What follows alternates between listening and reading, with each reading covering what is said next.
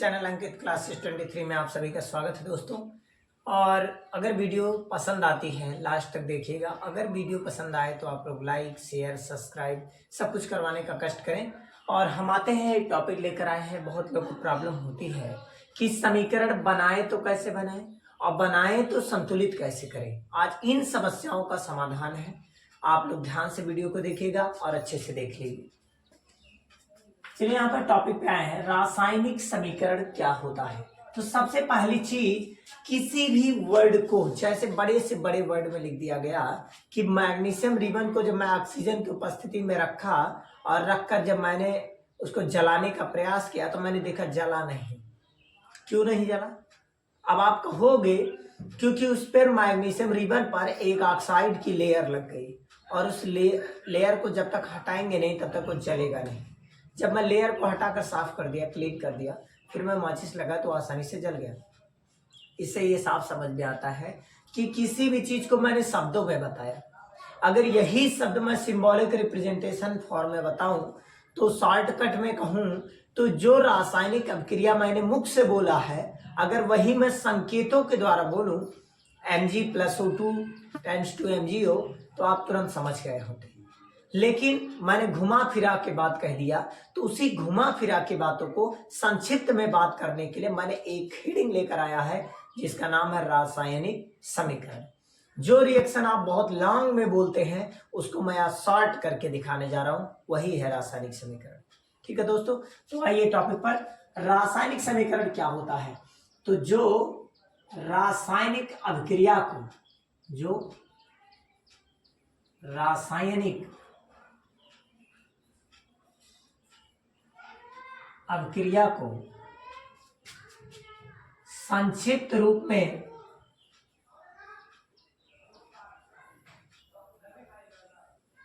समीकरण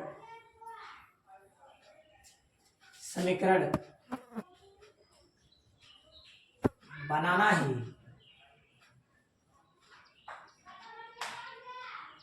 रासायनिक समीकरण कहलाता है। अगर आपसे कोई पूछता है रासायनिक समीकरण किसे कहते हैं, तो जो रासायनिक अभिक्रिया को संक्षिप्त रूप में समीकरण बनाते हैं वही रासायनिक समीकरण कहलाता है। जैसे मैंने लिख दिया मैग्नीशियम, शॉर्टकट में लिख दो, जाइए, मैंने मैग्नीशियम रिबन को ऑक्सीजन के प्रेजेंटिंग में जलाया तो ये बन गया क्या, मैग्नीशियम ऑक्साइड। Magnesium oxide. अब इस मैग्नीशियम ऑक्साइड ये लॉन्ग में है। अब इतना बड़ा जब तक आप लिखेंगे तो इसको मैं शॉर्ट फॉर्म में कैसे लिखूं, तो आप कहेंगे मैग्नीशियम है Mg और इसको मैं रिएक्ट किससे करवाया, ऑक्सीजन से, O2 से, और एरो लगाया और क्या बना, मैग्नीशियम ऑक्साइड, तो Mg और क्या बना, O। अब ये कैसे बना अभी मैं ये भी बताऊंगा, प्रोडक्शन कैसे होता है ये भी बताऊंगा। तो जो एरो के पहले है ये है रिएक्टेंट, जिसको हिंदी में अभिकारक कहते हैं, इसको इंग्लिश में रिएक्टेंट कहते हैं। और ये जो एरो के बाद है इसको हम लोग इंग्लिश में प्रोडक्ट कहते हैं, हिंदी में उत्पाद कहते हैं। ठीक है दोस्तों, अभिकारक वो होता है जो रासायनिक अभिक्रिया करने के लिए भाग लेता है, उसे अभिकारक कहते हैं। और जो अभिकारकों से मिलकर एक नया पदार्थ बनाता है उसे उत्पाद कहते हैं। अब ये जो एरो है ये दो प्रकार के सिंबल रिप्रेजेंट करता है। कैसा? ये डिपेंड करता है उनकी अवस्थाओं का, उनकी अवस्था को डिपेंड करता है। ये अवस्था दो होती है, एक होती है भौतिक अवस्था और एक होती है रासायनिक अवस्था। अब इसमें होने वाले परिवर्तनों के बारे में ये एरो बताता है। अब इस एरो का सिंबल क्या है? अगर भौतिक परिवर्तन की बात करें या रासायनिक परिवर्तन की बात करें तो भौतिक परिवर्तन का मतलब ये होता है कि अगर मैं कोई भी चीज पुनः उसी अवस्था में ला सकूं तो ये भौतिक अवस्था है। जैसे इस तरह का एरो, अगर कहीं ये एरो आपको दिखे तो आप समझ जाइए ये कौन सी अवस्था है, भौतिक परिवर्तन है। क्योंकि इसका तात्पर्य ये है कि मैं इधर से उधर भी बना लूं, उधर से इधर भी बना लूं।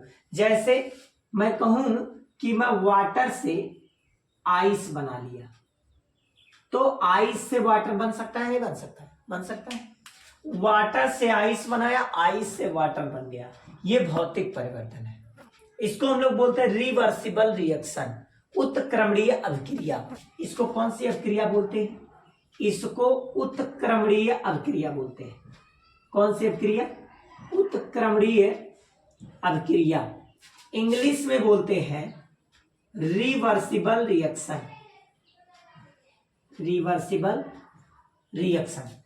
और जो एक रासायनिक परिवर्तन होता है इसमें सिंगल एरो दिखाया जाता है, इसको हम लोग हिंदी में कहते हैं अनुत्क्रमणीय अभिक्रिया। इसका मतलब यह हो गया कि अगर एक चीज से दूसरा बन गया नया पदार्थ, तो उस दूसरे नए पदार्थ से पुनः पदार्थ नहीं बना सकते। जैसे हमने दूध से दही बनाया, दूध से दही बनाया, क्या मैं दही से दूध बना सकता हूं? नहीं। तो ये क्या है? रासायनिक परिवर्तन है। कागज का जलना, कागज से राखी बन गई, क्या मैं राखी से कागज बना सकता हूं? नहीं। क्या है? रासायनिक परिवर्तन। तो कुछ ऐसे चीज हैं जिसको दोबारा हम नहीं प्राप्त कर सकते, तो वो रासायनिक परिवर्तन है। भौतिक परिवर्तन जैसे बादलों का बनना भौतिक परिवर्तन है, जल से बर्फ का बनना, बर्फ से जल का बनना भौतिक परिवर्तन है। बरसात होती है, वर्षा के दौरान खेतों में पानी लग जाते हैं, वही पानी फिर वाष्प बन के उड़ जाते हैं, फिर वर्षा होती है, ये क्या है? भौतिक परिवर्तन। तो इस तरह से भौतिक परिवर्तन के लिए रिवर्सिबल रिएक्शन यूज किए जाते हैं। हिंदी में उसे उत्क्रमणीय अभिक्रिया कहते हैं। जबकि अगर एक सिंगल से अभिकारक से अगर उत्पाद बन गया, रिएक्टेंट से प्रोडक्ट बन गया, तो प्रोडक्ट से रिएक्टेंट नहीं बना, तो हम उसे कहते हैं अनुत्क्रमणीय अभिक्रिया, इंग्लिश में बोलते हैं इररिवर्सिबल रिएक्शन। जैसे दूध से दही बन गया, लेकिन दही से दूध नहीं बन सकता। तो जब दही से दूध नहीं बन सकता तो इसे हम क्या कहेंगे? अनुत्क्रमणीय अभिक्रिया। ठीक है। कुछ ऐसे रिएक्शन हैं जो दोनों तरफ से पॉसिबल नहीं है, कुछ ऐसे रिएक्शंस हैं जो दोनों तरफ से पॉसिबल है। इसीलिए जो पॉसिबिलिटी होती है उसे भौतिक, और जिसमें पॉसिबिलिटी नहीं होती दोनों तरफ से, उसे रासायनिक परिवर्तन कहते हैं। ठीक है। तो हम लोग इस बात को समझ गए कि रासायनिक समीकरण क्या होता है, और एरो के पहले क्या होता है, एरो के बाद क्या होता है, इसमें एरो किस प्रकार से यूज करते हैं, और ये बनाया क्यों जाता है। अब ये दो प्रकार के समीकरण होते हैं। कितने प्रकार के होते हैं? दो प्रकार के होते हैं। कोई आपसे पूछता रासायनिक समीकरण कितने प्रकार के होते हैं, तो दो प्रकार के होते हैं। कौन कौन से? चलिए अब हम लोग बात करेंगे ये कौन कौन से प्रकार होते हैं। पहला होता है जिसको हम लोग कहते हैं संतुलित रासायनिक समीकरण, संतुलित रासायनिक समीकरण। इंग्लिश में बोलते हैं इसे बैलेंस्ड केमिकल इक्वेशन। दूसरा होता है असंतुलित रासायनिक समीकरण। इसको इंग्लिश में बोलते हैं अनबैलेंस्ड केमिकल इक्वेशन। ये अनबैलेंस्ड केमिकल इक्वेशन, ये दो टाइप है। अब हम बात करेंगे सबसे पहले असंतुलित रासायनिक समीकरण क्या है। तो ऐसे रासायनिक समीकरण जिसमें अभिकारक और उत्पाद में उपस्थित परमाणुओं की संख्या आपस में बराबर ना हो, तो उसे हम कहते हैं असंतुलित रासायनिक समीकरण। जैसे ये रिएक्शन असंतुलित रासायनिक समीकरण है। क्यों? क्योंकि यहां पर रिएक्टेंट में अभिकारक में मैग्नीशियम एक बार है, यहां भी मैग्नीशियम एक बार है, यहां ऑक्सीजन यहां एक है। तो परमाणु की संख्या कैसे निकालते हैं? यहां से गुणा करके। तो 2 एकम 2, तो कितने परमाणु हो गए? 2 परमाणु। तो यहाँ पर चेक कीजिए कितने परमाणु, एक एक करना एक, तो यहाँ पर कितने परमाणु, एक, यहाँ एक, यहाँ दो, बैलेंस है नहीं है, तो इसको कहते हैं असंतुलित रासायनिक समीकरण। असंतुलित रासायनिक समीकरण को हम लोग कंकाली समीकरण भी कहते हैं। क्या कहते हैं, कंकाली समीकरण भी कहते हैं। अब हम लोग जानेंगे कि संतुलित रासायनिक समीकरण क्या होता है और किसी भी रिएक्शन को बैलेंस करते कैसे करेंगे, ये पूरा बेसिक से आपको हम सिखाएंगे। इस वीडियो के लास्ट तक जरूर बने रहिएगा। स्क्रीनशॉट ले लीजिए, तब रफ कर दें।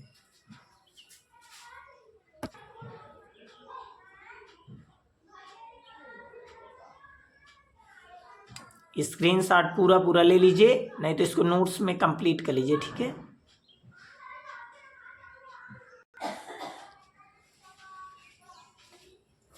हम लोग बात करेंगे कि अब संतुलित रासायनिक समीकरण किसे कहते हैं और किसी भी समीकरण को संतुलित करना क्यों आवश्यक है, आज हम लोग ये सब जान जाएंगे, ठीक है।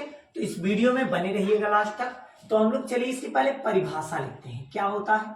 तो ऐसे रासायनिक समीकरण, ऐसे रासायनिक समीकरण जिसमें अभिकारक तथा उत्पाद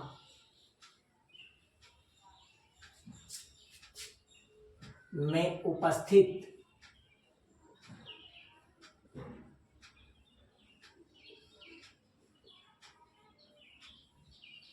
परमाणुओं की संख्या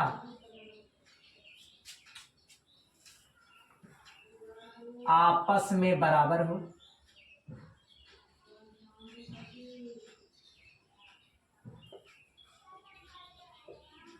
तो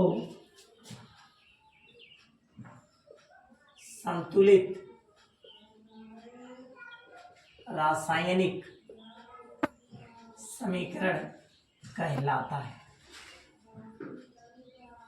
यदि आपसे कोई प्रश्न करता है कि संतुलित रासायनिक समीकरण क्या है, तो ऐसे रासायनिक समीकरण जिसमें अभिकारक तथा उत्पाद में उपस्थित परमाणुओं की संख्या आपस में बराबर होती है या समान होती है, उसे संतुलित रासायनिक समीकरण कहते हैं।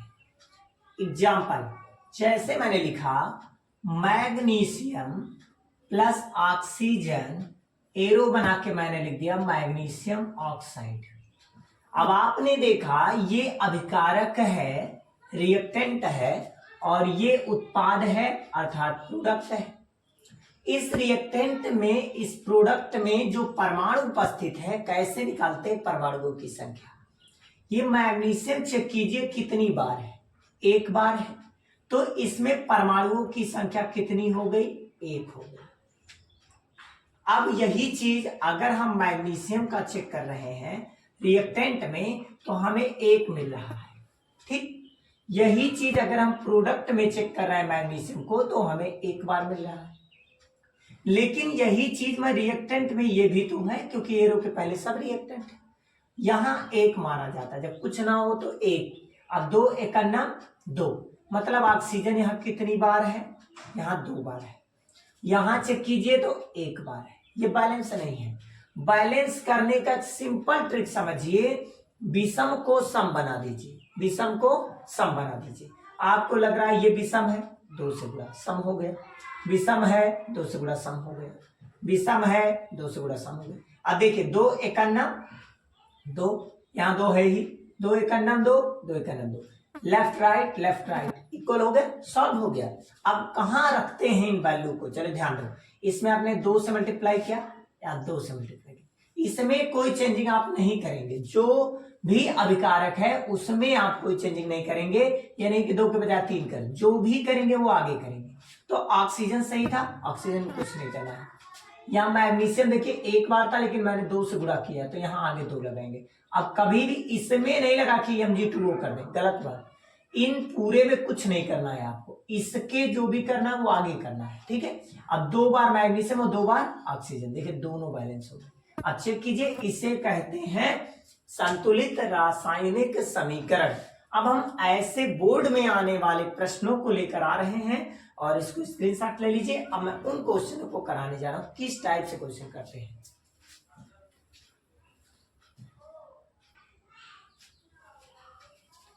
चलिए दोस्तों, ये है कुछ क्वेश्चन जिसको हम लोग यूपी बोर्ड 2024 में देखने को पाएंगे।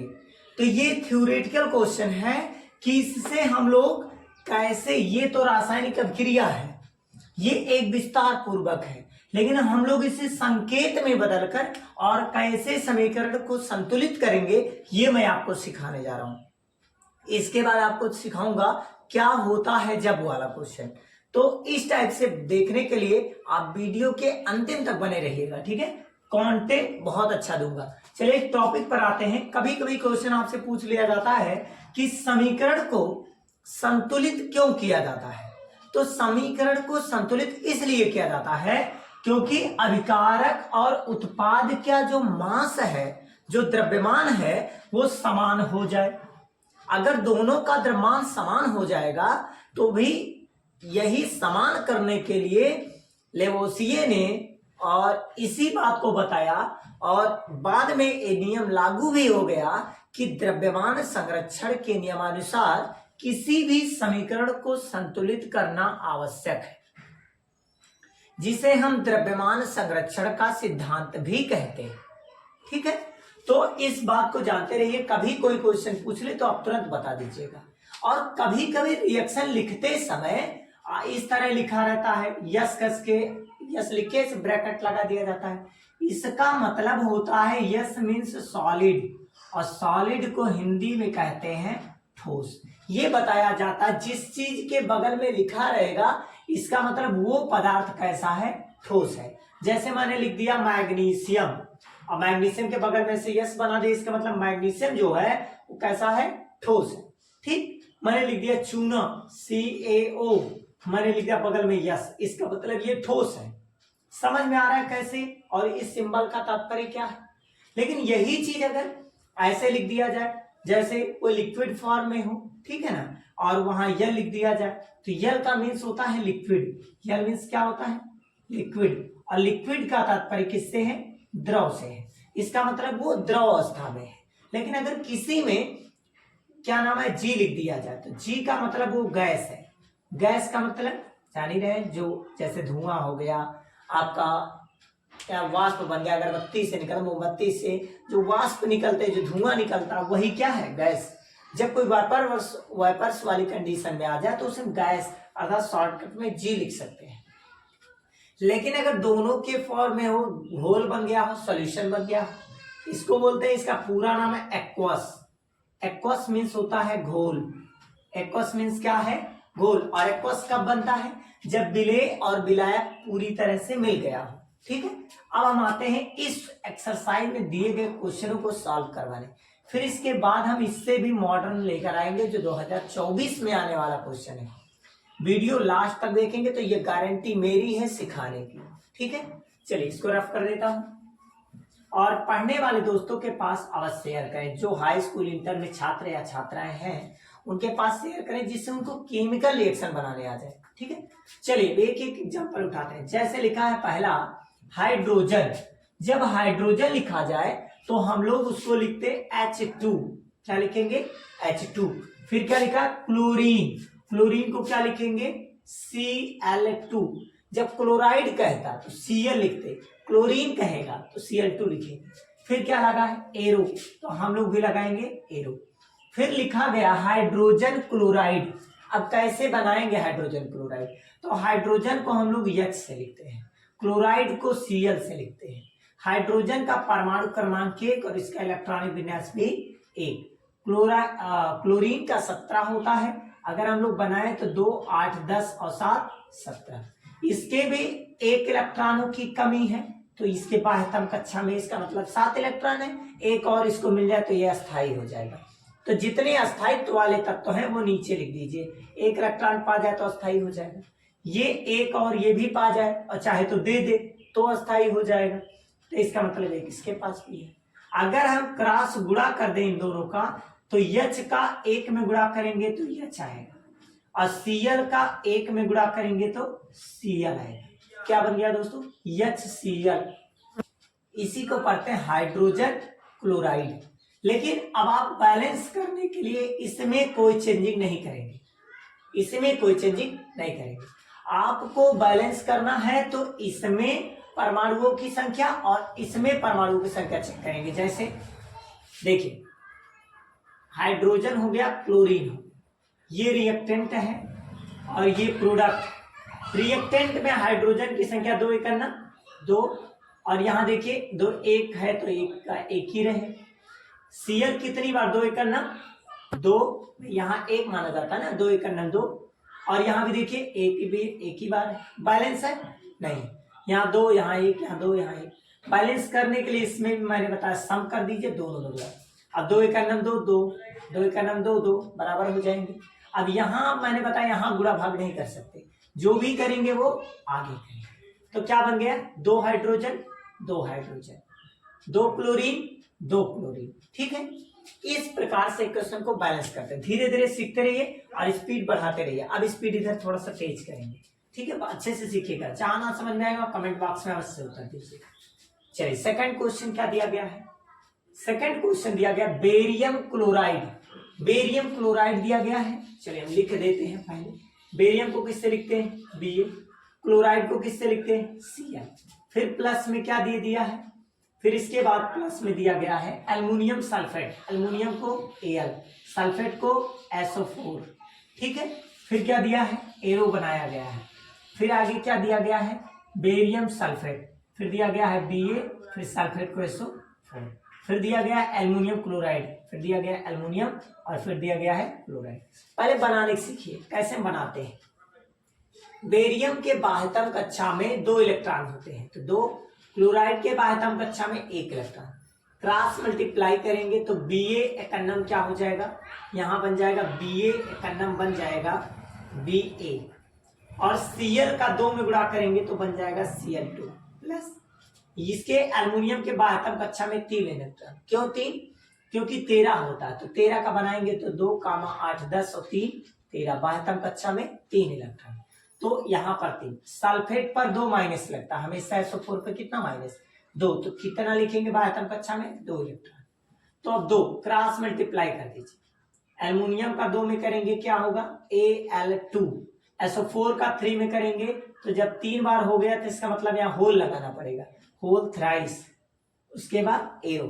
फिर क्या करेंगे? बेरियम के बाह्यतम कक्षा 2, सल्फेट में भी 2, 2 से 2 कैंसिल, कितना आया? 1 1। क्रॉस मल्टीप्लाई कर दीजिए। Ba एकन्नम Ba, SO4 एकन्नम SO4, Ba SO4 plus aluminium में 3, क्लोराइड में 1। क्रॉस मल्टीप्लाई एल्युमिनियम एकन्नम एल्युमिनियम और क्लोराइड का 3 में करेंगे Cl3। देखिए बन गया रिएक्शन। अब हम लोग इसको बैलेंस करेंगे। चलिए पहले इसको रफ कर देते हैं फिर बैलेंस करते हैं। अब इसको बैलेंस कैसे करेंगे? देखिए Ba यहाँ अभिकारक है, ये उत्पाद है। Ba यहाँ 1 बार, यहाँ भी Ba 1 बार। यहाँ क्लोराइड 2 एकन्नम 2 बार और यहाँ भी, यहाँ तो क्लोराइड है नहीं, यहाँ चेक कीजिए क्लोराइड 3 एकन्नम 3 है, यहाँ 2 यहाँ 3। क्या करेंगे? अगर हम इसको सम करना चाहें तो यहाँ 2 से गुणा और यहाँ 3 से गुणा, तो 3 दूनी 6 और 2 तिया 6, बैलेंस हो गया। 3 बेरियम, यहाँ भी 3 कर दीजिए, 3 बेरियम। 3 सल्फेट भी हो गया, क्या देखिए 3 सल्फेट है ही है। एल्युमिनियम 2 बार है, एल्युमिनियम 2 बार हो गया, बैलेंस हो गया केमिकल इक्वेशन। ठीक है, अब चलिए तीसरे क्वेश्चन पर आते हैं। इसको रफ कर देते हैं, सीखते रहिए और आप भी प्रयास करते रहिए। इतने क्वेश्चन मैंने दे दिया आपको। ठीक है, थर्ड नंबर क्वेश्चन देखिए क्या दिया। सोडियम प्लस जल। सोडियम को किससे लिखते हैं? Na प्लस जल को क्या लिखते हैं? H2O। इसको जल कहते हैं। एरो बनाइए। फिर दिया गया सोडियम हाइड्रोक्साइड। सोडियम हाइड्रोक्साइड का, सोडियम को Na, हाइड्रोक्साइड को OH। सोडियम के बाह्यतम कक्षा में 1, हाइड्रोक्साइड के बाह्यतम कक्षा में 1।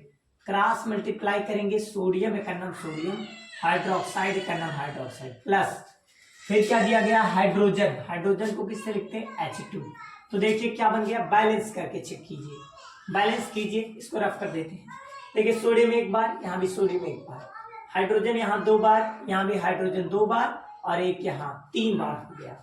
तो मामला गंभीर हो रहा है। यहाँ भी 2 से गुणा कर दीजिए, 2 बार सोडियम, यहाँ भी 2 से गुणा कर दीजिए, 2 बार सोडियम, 2 बार सोडियम, 2 बार सोडियम, 2 बार हाइड्रोजन है, यहाँ देखिए 2 बार यहाँ, 2 बार यहाँ, 4 बार हो गया। यहाँ भी 2 से गुणा कर दीजिए, 2 दूनी 4 और 2 का ऑक्सीजन में करेंगे 2 बार ऑक्सीजन और 2 एक अन्ना 2, मतलब 2 ऑक्सीजन। बैलेंस हो गया।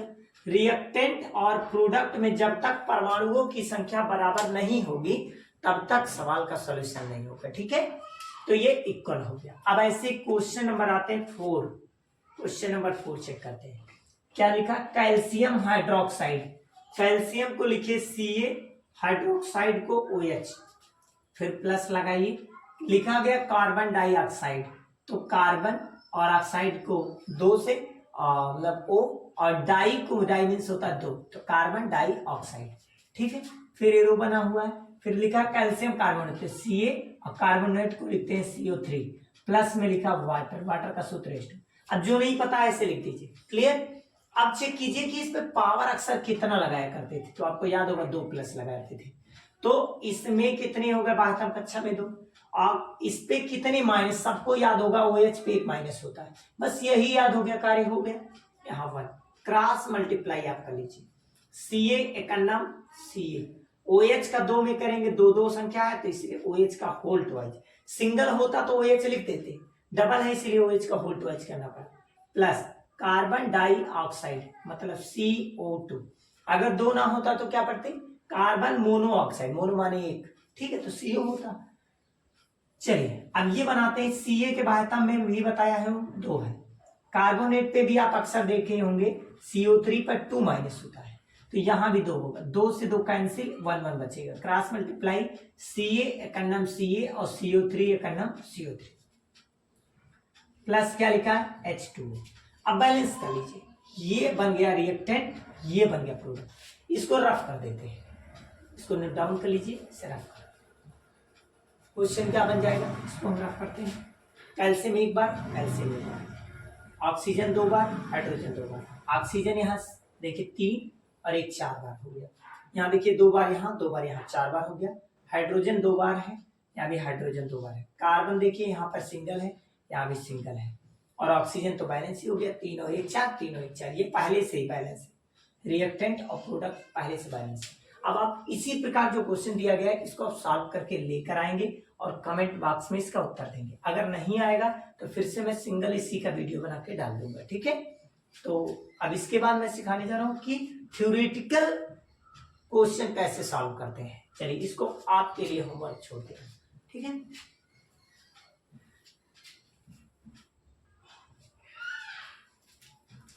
चलिए हम इस टाइप के क्वेश्चनों को लेकर आए हैं। उस टाइप के क्वेश्चन भी पूछे जाते हैं, इस टाइप के भी क्वेश्चन कई बार बोर्ड में आए हुए हैं, ठीक है। 2024 में कई बार, 2016, 2012, 2018, 2022 कई सेटों में ये आए हुए क्वेश्चन हैं। तो हम इन क्वेश्चनों का सलूशन आपको देने जा रहे हैं, ध्यान से देखिएगा। VVIP क्वेश्चन है, ठीक है। चलिए थ्योरेटिकल क्वेश्चन कैसे सॉल्व करते हैं, सबसे पहले समझिए। क्वेश्चन क्या दिया गया, जल में किसको डाला गया है, बेरियम क्लोराइड। तो किसको डाला गया, बेरियम क्लोराइड को, तो आप यहां लिखिए barium chloride, barium chloride plus लगाइए। अब किसमें मिलाया गया, तथा सोडियम सल्फेट, जो मिलाया जाएगा वो लिखा गया है जैसे सोडियम सल्फेट। फिर क्या दिया गया है, ध्यान दे, फिर दिया गया विलयन अभिक्रिया करके। अब विलयन अभिक्रिया करके जब लिख दे तो समझ जाओ एरो लगाना है। फिर क्या लिखा है, सोडियम क्लोराइड, सोडियम क्लोराइड बना है, सोडियम क्लोराइड बना है, और प्लस फिर का विलयन तथा अघुलनशील, मतलब जो घुलने वाला नहीं है वो क्या बना है, बेरियम सल्फेट। बेरियम सल्फेट बच गया है, इसको बोलते हैं अवच्छेद, ये बच गया है। अब कैसे हम रिएक्शन इसको बनाएंगे, सबसे पहले इसमें से छांट लिए, कैसे छटा है फिर से समझिएगा। जल में बेरियम क्लोराइड कहा, तो बेरियम क्लोराइड लिख लीजिए। किससे रिएक्शन करा है, सोडियम सल्फेट से, मैंने प्लस करके सोडियम सल्फेट, जिससे रिएक्ट कराते हैं वो प्लस करके लिखते हैं। और जो बनता है एरो के बाद उसे लिखते हैं। जैसे बना है सोडियम क्लोराइड और बना है अघुलनशील, मतलब घुला नहीं है, वो बच गया है पेंदी पर नीचे। कौन सा चीज बचा है? Barium sulphate. तो बेरियम सल्फेट नीचे बच गया, अवक्षेप प्राप्त हो गया, प्रेसिपिटेट बचा है। ठीक है, तो इसको रिएक्शन द्वारा कैसे समझाएंगे वो चलिए ध्यान दीजिएगा। केमिकल रिएक्शन बनाएंगे इसका। बेरियम का हम लोग Ba लिखते हैं, क्लोराइड का Cl, सोडियम का Na, सल्फेट का SO4 और सोडियम का Na, क्लोराइड का Cl, बेरियम का Ba, सल्फेट का SO4। ठीक है, बेरियम का अगर हमें बनाना है तो इसके बेरियम पर सबको पता है बेरियम पर कितने प्लस होते हैं? 2+। सल्फेट पे कितने होते हैं? 2-, और सोडियम पे कितने प्लस होते हैं? 1। तो ये सब आपको थोड़ा सा माइंड में सेटअप रहना चाहिए। ये भी निकालने का कॉन्सेप्ट है, अगर आप चाहते हैं तो इसको भी मैं निकलवा दूंगा। अगर आपको इसमें भी दिक्कत है कैसे -2 कैसे प्लस आ रहा है, तो मैं इसका भी वीडियो एक दिन बना के डाल दूंगा। ठीक है, अभी आप सीखिए। तो देखिए Ba में 2, क्लोराइड में बाह्यतम कक्षम 1, ऐसे सोडियम में भी 1, सल्फेट में 2, सोडियम में कितने? 1। यहाँ चेक कीजिए +1 लिखा। क्लोराइड में कितना मिलेगा? 1। क्लोराइड में कितना होता है? 1, क्योंकि 2 8 7 होता है, लास्ट में 1 इलेक्ट्रॉन उसको चाहिए होता है। बेरियम में भी 2, सल्फेट में भी 2। अब क्रॉस मल्टीप्लाई सबको आता है, क्रॉस मल्टीप्लाई ऐसे कर लीजिए, ऐसे इसी प्रकार से क्रॉस मल्टीप्लाई। देखिए एकदम सिंपल वे में सॉल्व हो जाएगा। क्रॉस मल्टीप्लाई करने के बाद Ba का नंबर कितना हो गया? Ba का नंबर बन गया Ba। Cl का 2 में करेंगे तो क्या बन जाएगा? Cl2 प्लस है तो प्लस लगाइए। सोडियम का 2 में करेंगे तो क्या आ जाएगा? Na2। Na का 2 में मल्टीप्लाई Na2 और SO4 एक का नाम SO4। अगर 1 से ज्यादा होता तो होल लगाना पड़ता। एरो लगा है, एरो लगाइए। सोडियम एकनम, सोडियम, क्लोराइड एकनम, क्लोराइड, प्लस Ba का 2 में मल्टीप्लाई, 2 से 2 कैंसिल हो जाएगा, 1 आ जाएगा। Ba एकनम Ba और SO4 एकनम SO4। अब बैलेंस कर लेंगे हम। बेरियम यहाँ एक बार, यहाँ भी एक बार, इस ये एक तरफ है, ये एक तरफ है। ठीक है, ये रिएक्टेंट है, ये प्रोडक्ट है। इसको अभिकारक कहते हैं, इसको उत्पाद कहते हैं। Ba यहाँ एक बार, यहाँ भी Ba एक बार, यहाँ Cl 2 बार, यहाँ Cl 1 बार, 2 से गुणा कर दीजिए। इसमें ना लगा दीजिएगा कि यहाँ, नहीं तो गलत हो जाएगा। इसमें कोई चेंजिंग नहीं करनी है, जो भी करना है आगे करना है। 2 का Cl में करेंगे 2Cl, यहाँ भी Cl 2 बार है, यहाँ सोडियम 2 बार है, यहाँ 2 सोडियम हो ही गया है। सल्फेट यहाँ 1 बार है, यहाँ भी सल्फेट 1 बार है। बैलेंस है reaction. Clear? Number 1 question complete हो गया। अब क्वेश्चन नंबर 2 आते हैं। ऐसे ही क्वेश्चन आपको मिलते हैं तो आपको डायरेक्ट ये लिखना होता है, लेकिन जिसको डायरेक्ट नहीं आता है और जिसका केमिकल रिएक्शन और बनाने का फार्मूला बहुत वीक है, तो इस सिस्टम से बना के सीख सकता है। इसलिए मैं आपको एकदम 0 से सिखा रहा हूं कि अच्छे से आपको केमिकल रिएक्शन आ जाए। चलिए सेकंड क्वेश्चन करते हैं, इसको रफ कर देते हैं, स्क्रीनशॉट ले लीजिए। सेकंड क्वेश्चन क्या है ध्यान दीजिएगा अच्छे से, और लाइक शेयर दोस्तों के पास भेजते रहिए। सोडियम हाइड्रोक्साइड, सोडियम हाइड्रोक्साइड कहा गया? फिर से ध्यान दें, सोडियम हाइड्रोक्साइड, फिर प्लस किससे रिएक्शन? का विलयन, हाइड्रोक्लोरिक अम्ल, हाइड्रोक्लोरिक अम्ल, फिर क्या हुआ? विलयन, जल में अभिक्रिया करके, फिर आ गया ना अभिक्रिया करके, तो समझ जाइए ये रो सोडियम क्लोराइड। फिर आप यहां लिखिए, आप जब ये रो लग जाए तो उसके बाद लिखेंगे सोडियम क्लोराइड प्लस का विलयन तथा जल बनाते हैं। जल को किससे लिखते हैं? जल को जल भी रहने दीजिए, अभी फार्मूला बनाते हैं। ठीक है, इतना समझ में आया कैसे मैंने लिखा? पहले आप छांटने का प्रयास कीजिए, हम कैसे छांटते हैं, क्योंकि छांटने में तो प्रॉब्लम है। अगर ये लिख लिए तो बनाने तो आ ही गया। सोडियम हाइड्रोक्साइड, तो पहले सोडियम हाइड्रोक्साइड लिखिए। का विलयन किससे कर रहा है रिएक्ट? हाइड्रोक्लोरिकम, जिससे रिएक्ट करे वो प्लस करके, क्योंकि ऐड कर रहा है ना उसमें। आप जैसे आपके पास कोई चीज है, उसमें आप कोई मिला रहा है तो उसमें ऐड कर रहे हैं ना, ऐड के लिए प्लस का साइन। ठीक है, तो प्लस का साइन ऐड करेंगे। जब किसी को देते हैं तो माइनस, डोनेट करेंगे तो माइनस, एक्सेप्ट करेंगे तो प्लस का साइन यूज करते हैं। ठीक है, अब चलिए और आगे बढ़ते हैं, हम लोग इसको बनाते हैं। तो सोडियम को Na, हाइड्रोक्साइड को OH, हाइड्रोक्लोरिक H और Cl, सोडियम को Na, क्लोराइड को Cl और जल का फार्मूला जानते हैं H2। तो देखिए हम लोग ऐसे किस तरफ से बनाएंगे, नहीं तो यहां भी सीखिए आप, हाइड्रोजन और ऑक्सीजन, ठीक है। सोडियम के बाद में एक, हाइड्रोक्साइड के भी एक, हाइड्रोजन के भी एक, Cl के भी एक, सोडियम के भी एक, Cl के भी एक, हाइड्रोजन के भी एक, लेकिन ऑक्सीजन के दो। आप देखे होंगे हाइड्रोजन लिखते हैं तो प्लस, Cl माइनस लिखते हैं तो एक बार, Na प्लस लिखते हैं तो भी एक ही बार, O लिखते हैं तो दो माइनस लगाते। ये सब आपको तो बेसिक है जो आप सभी को पता हो। तो इतनी कॉमन चीजों में अगर प्रॉब्लम होगी तो ये भी बताइएगा आप। क्रॉस मल्टीप्लाई कर लीजिए, ऐसे क्रॉस मल्टीप्लाई, ये इस तरीके से। अब मल्टीप्लाई कीजिए, सोडियम में करना कितना हो जाएगा, सोडियम और OH का एक में मल्टीप्लाई करेंगे OH, NaOH प्लस लगाइए, हाइड्रोजन का एक में करेंगे हाइड्रोजन, Cl का एक में करेंगे Cl, एरो बनाइए, Na का एक में करेंगे Na और Cl का एक में मल्टीप्लाई करेंगे Cl प्लस हाइड्रोजन का दो में करेंगे H2 और ऑक्सीजन का एक बार करेंगे H2।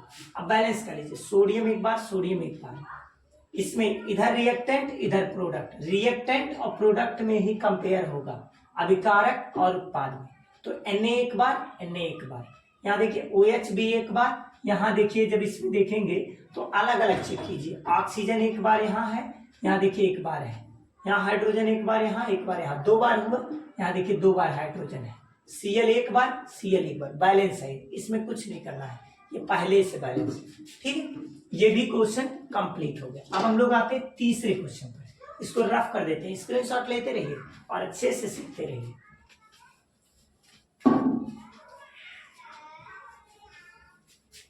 तीसरा क्वेश्चन क्या है, पदार्थ यक्ष में, यक्ष के विलयन का उपयोग करके हम लोग सफेदी करते हैं। क्वेश्चन ये कहा जा रहा है कि जो यक्ष एक तत्व है, ठीक है, और इस तत्व का हम लोग उपयोग करके सफेदी करने में करते हैं। क्या करने में, सफेदी।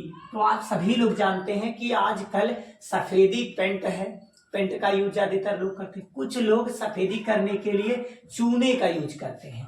तो पहला विकल्प तो ऐसे बन गया, यक्ष जो तत्व है इसका नाम चूना है। क्या है, चूना। अब चूना भी दो होता है, एक बुझा चूना, एक चूना, एक बिना बुझा चूना बोलते हैं। चूने को एक बिना बुझा चूना बोलते हैं, इसको हम लोग ये भी बोलते हैं बिना बुझा चूना।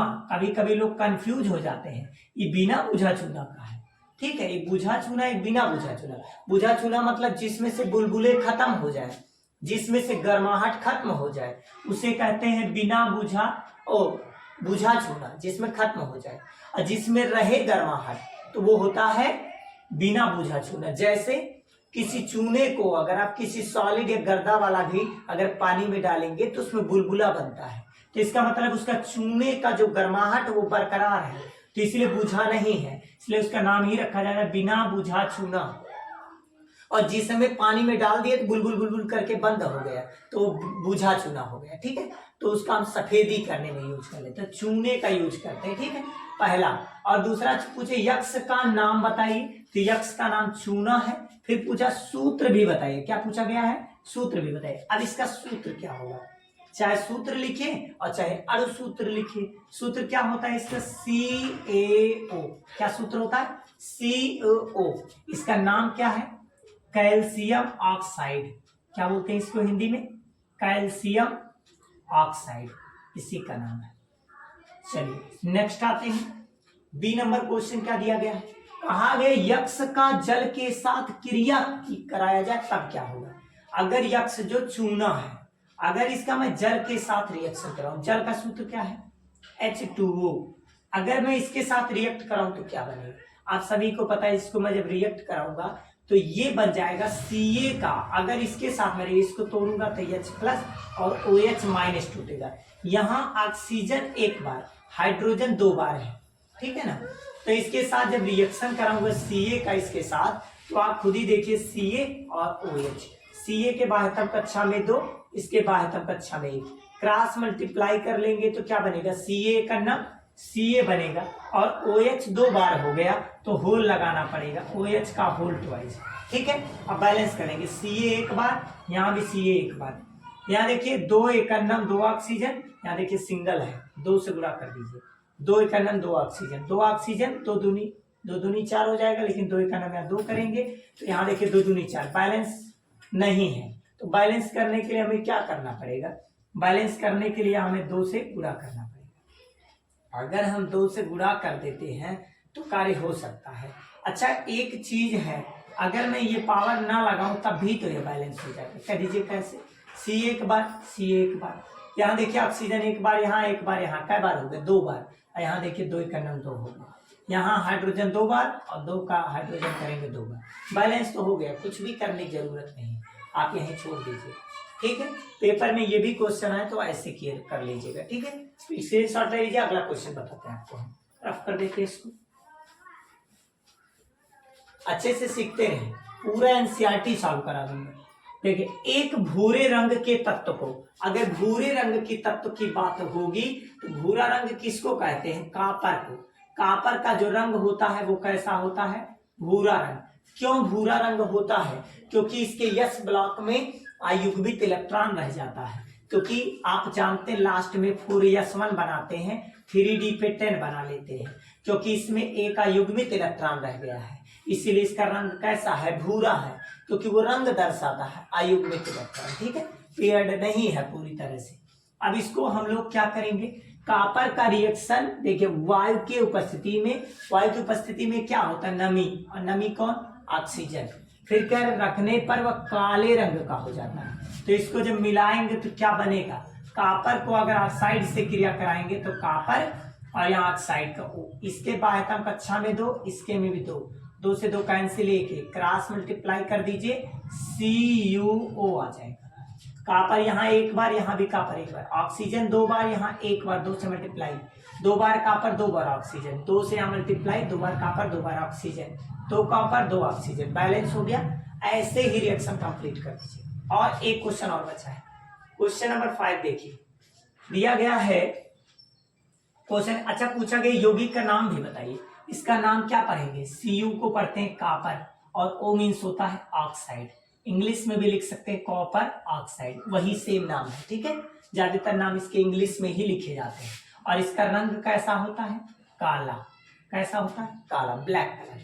चलिए नेक्स्ट क्वेश्चन, लौह चूर्ण को, जब लौह चूर्ण आ जाए, लौह चूर्ण माने लोहा मतलब आयरन, ठीक है, प्लस करिए, लौह चूर्ण को तनु हाइड्रोलिक अम्ल, तनु माने हल्का मतलब कि कम डाला गया है, हाइड्रोक्लोरिक अम्ल मतलब डाइल्यूट सॉल्यूशन है, क्या है, HCl मतलब हाइड्रोक्लोरिक अम्ल, किससे डालने पर क्या बन गया, क्या होगा, ये खुद ही पूछा है, तो आप खुद ही जानते हैं कि जब हम इसको तोड़ेंगे तो एक H+ टूटेगा, एक Cl- टूटेगा, तब प्लस, ये भी प्लस है, ये तो भैया प्लस से जान ही रहे हैं 2 प्लस, और ये प्लस कभी प्लस से क्रिया करेगा नहीं तो माइनस से करेगा, तो Fe क्रिया करेगा Cl से, तो चेक कर लीजिए क्या बनेगा, तो Fe और Cl, Fe में के बाह्यतम कक्षा 2 और Cl में 7, लेकिन 1 की कमी है तो 1 लेना चाहिए, तो क्रॉस मल्टीप्लाई कर लीजिए, तो Fe का नंबर कितना हो जाएगा, Fe, और Cl का 2 में गुणा कर देंगे, Cl2 बन जाएगा, FeCl2। अब बैलेंस कर लीजिए, इसको रफ कर देता हूं, अब बैलेंस कर लीजिए आप, Fe एक बार, यहाँ भी Fe एक बार, H एक बार, यहाँ H ही नहीं है, तो क्या करेंगे, हाइड्रोजन गैस रिमूव हो जाएगी, H2 लिख दीजिए। अब यहाँ 2 से मल्टीप्लाई कर लेंगे तो 2 हाइड्रोजन हो गया, और 2 का Cl में गुणा कर दे, 2 Cl, यहाँ Cl में क्या परमाणु, 2, यहाँ भी 2 परमाणु, यहाँ हाइड्रोजन भी 2, यहाँ भी हाइड्रोजन 2, तो किसके आगे 1 होता है, 2 एक करना 2 ही होगा। ठीक है, तो 1 समझा जाता है, लिखा नहीं जाता, समझ गए ना बात को। तो Fe यहाँ एक बार, यहाँ भी Fe, बैलेंस है, क्वेश्चन हो गया फिनिश। अब इसका कोई पूछे क्या नाम है, तो इसको बोल सकते हैं आयरन क्लोराइड, या बोल सकते हैं फेरस क्लोराइड। ठीक है, ऐसे भी नाम थे। कौन सी गैस निकलती है, हाइड्रोजन गैस निकलती है। अगर किसी धातु की क्रिया अम्ल से कराई जाती है तो सदैव कौन सी गैस निकलेगी, हाइड्रोजन गैस निकलती है। ठीक है, इसी टाइप के क्वेश्चन मिलते हैं बोर्ड एग्जाम में। इस बार इसमें से 2024 में फिक्स है 1-2 क्वेश्चन आपको मिलना है। ठीक है, ऐसे एनसीईआरटी सॉल्यूशन पाने के लिए मेरे वीडियो पर आप लगातार बने रहिए और शेयर सब्सक्राइब सब कुछ करवाते रहिए। ठीक है दोस्तों।